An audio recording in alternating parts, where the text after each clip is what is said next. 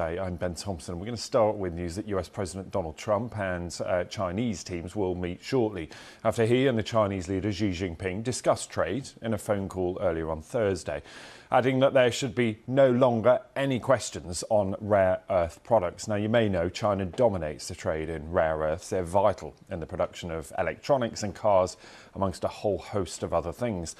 Now, the conversation was focused almost entirely on trade. Nothing was discussed concerning Russia, Ukraine or Iran. That's what President Trump wrote on social media, adding that the two leaders had invited each other to their respective countries for visits. So let's get the thoughts now of Erin Delmore, who's in New York for us. And Erin, give us a sense here of how important this call was.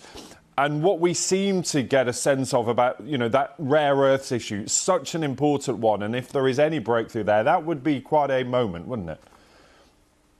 It absolutely would be. It's one of the chief concerns here in the U.S.-China relationship. And Ben, when you talk about how important this call is, well, certainly it's important to investors and to business leaders who are eager for some kind of stability in this U.S.-China trade relationship amid all of the upheaval that we've seen in recent months.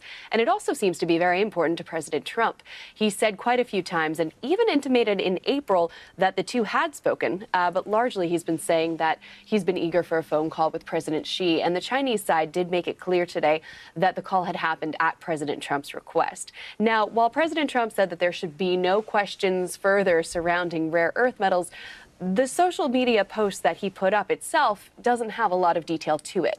We don't know what was progressed or what was agreed upon in this phone call, but what we do know is that the two sides plan to meet, according to President Trump, and that he plans to send Howard Lutnick, Jamieson Greer, and Scott Bessent, his three closest and top economic advisors, to those talks. He also spoke about a friendly relationship with President Xi, said that the president had extended an invitation for him and the First Lady to come to China, and that he reciprocated, and he called them leaders of two great nations. Yeah, and Erin, that would be quite a moment too, wouldn't it? Because, the two countries have been, let's say, at loggerheads, particularly about things like trade. We know that the White House had slapped massive tariffs on Chinese-made products being imported into the United States. It feels like there is some sort of thawing in that relationship, albeit maybe just a diplomatic one right now.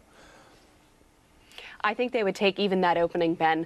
I mean, we're seeing some of this tension spill over into other issues as well. For instance, about Chinese student visas here in the United States. And this is really why we tend to call things a trade war, an escalation on the front. There's always this idea that if you don't have these kinds of diplomatic moments of coming together, things could escalate further. And that has definitely been the fears among some business owners here in the United States, especially ones that rely on China not only for finished goods, but for component goods to then make into finished goods for sale here in the United States. So when we talk about where we were just about a month and a half ago with these triple-digit tariffs on Chinese goods imported into the U.S., well, a lot of what is to come is being negotiated at the moment, and a lot of folks are eager for something permanent and something lower that they can plan their businesses around.